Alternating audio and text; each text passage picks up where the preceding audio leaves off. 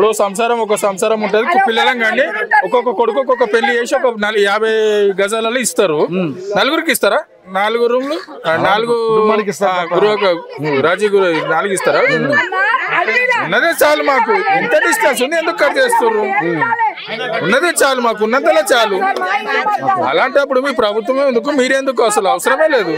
మీరు వచ్చి ఏదో మంచి చేస్తారనుకుంటే ఇదేంది? మంచి గురించిగా ఆలోచించి వీళ్ళు ఓట్లేసారు, గెలిపించా. వీళ్ళ పిల్లల భవిష్యత్తు బాగుండాలనే కదా. మళ్ళీ దీనికంటే కేసీఆర్ ఏం కదా, ఆ ముసలైన పెద్ద ఎక్కడ ఉండో ఏందో, ఇంకా ఆయనకి ఈయన పేర్లు పెడతాడు. ఆడ 90 తాగుతాడు, ఫామ్ హౌస్ ఉంటాడు అని. ఆడ ఎక్కడైనా ఉండని ప్రజలనైతే మంచిగా చూసిండా లేదా? ఉన్నదో లేదా 5 రూపాయలకు అన్నం పెడుతుండు గరీబోళ్ళకు. ఇక్కడ గరీబోళ్ళ సొమ్ము గుంజుకుందామని చూస్తుండు కష్టపడ్డ వాళ్ళది. వాళ్ళు ఏదో చూడ వాళ్ళ హాలత్ చూడండి. ఒక్కొక్కరు హాస్పిటల్లోకి పోతారు, గ్లూకోజ్లు ఎక్కించుకుంటారు. మేమే సర్వీస్ చేస్తున్నాము. హాస్పిటల్లో పోటీ తీసుకోబోతున్నా నేనే.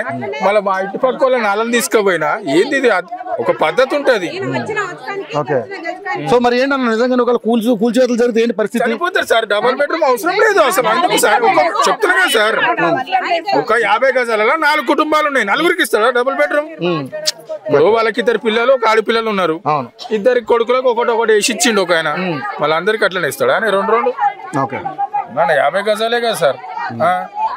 ఇది ఎక్కడనే మంచి గురించి ఆలోచిస్తే చెడు అవుతుంది, అంతే కదా సార్. సో ప్రభుత్వ తీరు పద్ధతిగా లేదంటారు వాళ్ళు కాదు. అవునా కదా, మీరే చెప్పండి సార్. నలుగురిని అడిగి చెప్పండి. ఇది కూలగొట్టినప్పుడు కూడా ఇంతమంది గ్యాదర్ అయినరా? ఇక్కడ చూసిరుగా మన మాదాపూర్ లో కూడా కూలగొట్ట ముందుకే ఇంత బాధపడుతున్నారు అంటే వీళ్ళని అర్థం చేసుకోవాలి అతను కూడా.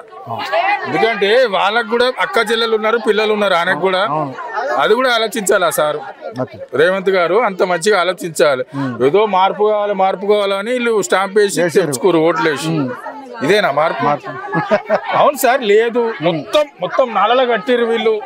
వీళ్ళ ప్లేసే లేదు, ఉరికినాలో పోనీకి వాటరే లేదు అన్నట్టు కూడా కాదు. చూడండి సార్, మీరు చూపించండి ఒకసారి పబ్లిక్ కూడా తెలియాలి. అది కాదే మరి ఇంత దగ్గరలో ఉంది, ఎప్పుడు వరదలు కానీ అట్లా ఒక్కరు కంప్లైంట్ కూడా లేదు. ఎవరన్నా అడగండి, ఇక్కడ ఒక్కరింట్లో వాటర్ రాలేదు. పాములతోటి, జిల్లా పురుగులతోటి, తేళ్లతో అన్ని బాధలు పడుతున్నారు. ఎందుకు? గరీబ్ వాళ్ళం ఉన్న సార్లు మాకున్న గుడిసే అంతే. ఎవరు కంప్లైంట్ ఇవ్వలేదు. ఇప్పుడు వాళ్ళు పిఎస్ లో మా నాయన మునిగిపోయింది, కొట్టుకపోయింది, మా ఇంటి పక్కన నీళ్లు పోయినాయి, ఎవరు కంప్లైంట్ ఇవ్వలేదు. మీరు ఒక కెమెరా పెట్టి చూపించవచ్చు కూడా పబ్లిక్. ఫ్లోటింగ్ లేదు సార్, ఫ్లోటింగ్ లేదు అసలు, ఫ్లోటింగ్ లేదు. అసలు రాదు సార్, మాకులేని బాధ ఈ సార్కి ఎందుకు? ఉన్నది జాగా కట్టుకో, పైప్ లైన్ లేచి. నువ్వు ఎవడో ఎక్కడో విదేశాలు అన్ని ఉన్నాయి సార్. ఇల్లీగల్ ఉంటే కట్ చేయండి, ఎవరు వద్దన్నారు. డబ్బులు ఇచ్చి పట్టాలు పేపర్లు చూసి కట్ చేయండి, లేకపోతే వద్దు. గరీబ్ సొమ్ము ఎందుకు సార్? వాడు కోట్లు ఉంటే అక్కడనే మంచిగా కొనేటోడు మెయిన్ రోడ్. ఇక్కడ ఎందుకు కొనుక్కోడు? అంతే కదా. ఈ పాములు ఈ చెరువులతో ఇక్కడ పడతారు. రోజు వస్తాయి సార్ పాములు. వర్షాకాలం ఇంకెక్కువ వస్తాయి. లిమిటే లేదు పాములకు, జిల్లా పురుగులకు, తేళ్లకు. స్థలం సరిపోకపోతే చూపించండి డిస్టెన్స్ ఎంత ఉందో. అంతేగాని అది మంది ఒకరు ఉసురు ఒకరు పాపం వానకు కూడా అక్క చెల్లెలు ఉర్రు, అది ఆలోచించాలి అతను. అది సీఎం తెచ్చుకున్నాం, ఎందుకు తెచ్చుకున్నాము? మంచి పని చేయడానికి తెచ్చుకున్నాం. ఎవడో నాలా కట్టిండు ఏదో దేశాలలో, ఆడు మంచి పోయిండు, మనమే బతకగలుగుతాం. అక్కడ ఈయన పోయిండు, ఏరోప్లేన్ లో పోయిండు, వచ్చిండు, చూసుకున్నాడు, మంచిగా చేసుకుంటూ వచ్చిండు. ఇక్కడ 5 రూపాయలకు అన్నం దొరుకుతుంది, 5 రూపాయలకు అన్నం పెడతారా? ఆ దేశం మనమే బతే. ఇక్కడ బీహార్, జార్ఖండ్, మహారాష్ట్ర అందరూ మనం ఎక్కడ ఉంటాం? పట్టుకొని ఇక్కడ పెడతా అంటే ఎట్లా? ఉన్నదాంట్లో సర్దుబాటు చేయండి, దమ్ము చూస్తాం మేము. ఉన్న దాంట్లోనే సర్దుబాటు చేయండి సార్. మీకు అంత టాలెంట్ ఉంటే, మీరు అంత ఇంటెలిజెంట్ అయితే ఎందుకు లేకనా? మస్తు జాగా ఉన్నది, అంత మురికినాలమే. మరి చెరువు 5 గండిపేట నాలన తిరిగా వాటర్ పోనీకి. అది ఎంత కావాలో డైనీస్కి అంతనే ఎరుగుతూనే ఉంటారు. బాత్రూమ్ పెట్టాడు పోతూనే ఉంటాడు డైలీ. అది ఎంత పోవాలో అంతనే పోతుంది. దాని పైప్ లైనింగ్ ఉంటుంది, సిస్టమేటిక్ ఉంటుంది. ఇంకా నువ్వు బయట దేశాలపై మొత్తం తిరిగి మొత్తం వెరిఫికేషన్ చేసినావు కదా, నీకు తెలియదు. అంత ఇంటెలిజెంటే మీరు. మళ్ళీ కేసీఆర్ కు పేరు పెడతారేమని అంటే ఆడ ముసలోడు ఫామ్ హౌస్ లో కూర్చున్నాడు. నువ్వేం చేస్తున్నావు మళ్ళీ ఆడ ఫామ్ హౌస్ లో కూర్చుంటే? ఉన్న మనిషిని మా చేతులతోనే చెడగొట్టుకున్నట్టు అయింది. ఇప్పుడు మీరు వచ్చేం లాభం మాకు?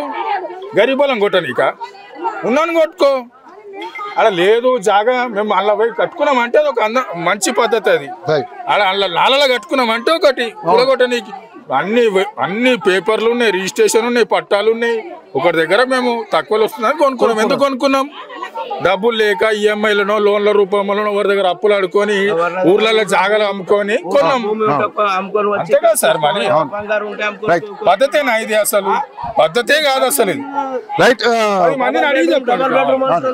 సో ఈ ప్రభుత్వం గత ప్రభుత్వంలో చిన్న చిన్న పొరపాట్లు ఉన్నందుకే మేము ప్రభుత్వాన్ని మార్చి ఈ రేవంత్ రెడ్డి ఏదో మంచిగా చేస్తాడు అనుకుంటే ఈ కాంగ్రెస్ ప్రభుత్వంలో కూడా మా బతుకులు మారేటట్లే ఉన్నాయి, కూడా కూల్చుకుంటూ కొట్టేస్తున్నారు, ఆ గూడు కూడా లేకుండా చేస్తున్నారు అని చెప్పేసి ఆవేదన వ్యక్తం చేస్తా ఉన్నారు.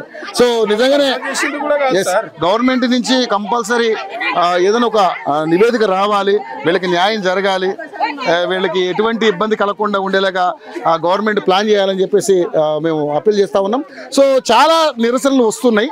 ప్రతి మళ్ళీ పెట్టండి సార్, విదేశాలు మనది ఒకటేనా? ఆయన ఎక్కడో ఏరోప్లేన్ లో పోయి తిరిగేసి వచ్చేసిండు. మళ్ళీ కేసీఆర్ కూడా 10 సార్లు పోయి తిరిగేసి వచ్చిండు. ఆయన అట్లనే అన్నాడు వచ్చిడా?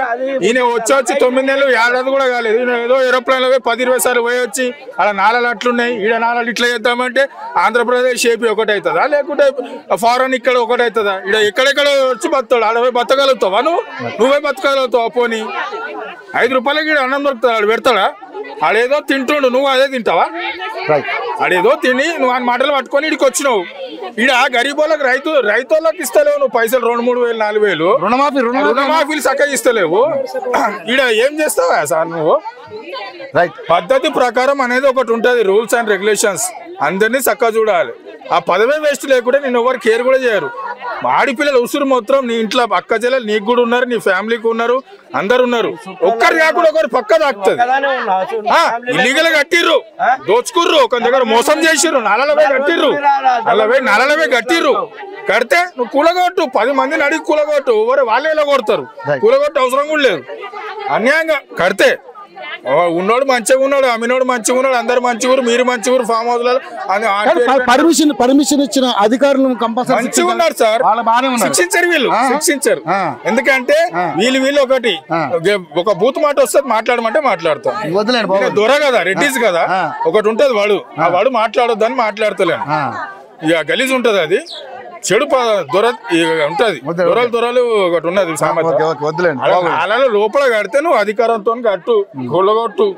ఎందుకు కట్టినవరా భయ జైలుకు పంపు, మేము ఒప్పుకుంటాం. ఇక్కడ అందరు కష్ట జీవితంతో ఊర్ల పంటి పొలాలు గిల్లలు అమ్ముకొని వచ్చి హైదరాబాద్ దగ్గర ఉంటది, మాకు నాల పని ఏదైనా దొరుకుతుందని కూలి నాల అని వచ్చి బతుకుతుర్రు. ఇక్కడ వాళ్ళని కూడా మోసం చేస్తే నీ ఫ్యామిలీకి నీకు అస్సలు మంచిది కాదు.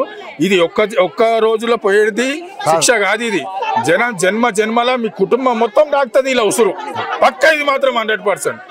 రైట్. సో ప్రజల యొక్క ఆవేదన వింటున్నాం మనం, బట్ ఓకే. సో ప్రజల యొక్క ఆవేదన వింటూనే ఉన్నాం కాబట్టి చూద్దాం. నిజంగానే మరి అంటే FTL బఫర్ జోన్కి సంబంధించి నిజంగా అక్రమ కట్టడాలు ఉంటే కూల్చండి వాళ్ళు చెప్తున్నారు, కానీ ఇక్కడ ఒక్క చినుకు రాదు, ఒకటి చుక్క కూడా ఇక్కడికి రాదు. ఎంత పెద్ద వరద వచ్చినా అందులో అట్లా ఫ్లోలో వెళ్ళిపోతుంది. వాళ్ళకి ఏంటి ఇబ్బంది, గవర్నమెంట్కి ఏంటి ఇబ్బంది? మేము పురుగులు వచ్చినా పాములు వచ్చినా మా సావేద మేము చేస్తున్నాం, దోమలు కలిసినా మా సేవేద మేము చేస్తున్నాం, కానీ గవర్నమెంట్కి ఉన్నటువంటి ఇబ్బంది ఏందో నాకు అర్థం కావట్లేదు అని చెప్పేసి మాట్లాడుతూ ఉన్నారు. నిజంగానే వాళ్ళ ఆవేదనని మనం తీర్చలేం. పాపం హార్ట్ పేషెంట్ అంటే ఒక తల్లి రోధిస్తుంది, ఆమెకి ఎప్పటికి 3 సార్లు ఆపరేషన్ అయిందంట. మొన్ననే 70 లక్షలు పెట్టుకుని అప్పు చేసుకుని కొనుక్కున్నారు, మెడలో కూడా పసుపు తాళ్ళు వేసుకుని తిరుగుతున్నటువంటి పరిస్థితి. సో గవర్నమెంట్ దీన్ని మానవతా దృక్పథంతో ఆలోచించి వీళ్ళకి సత్వరం న్యాయం చేయాలి, వీళ్ళ విషయంలో ఏదైనా ఒక ఆల్టర్నేట్ ఆలోచించమని మేము మనస్ఫూర్తిగా కోరుకుంటున్నాం. ఈ ప్రజల తరపున మేము అప్పీల్ చేస్తున్నాం.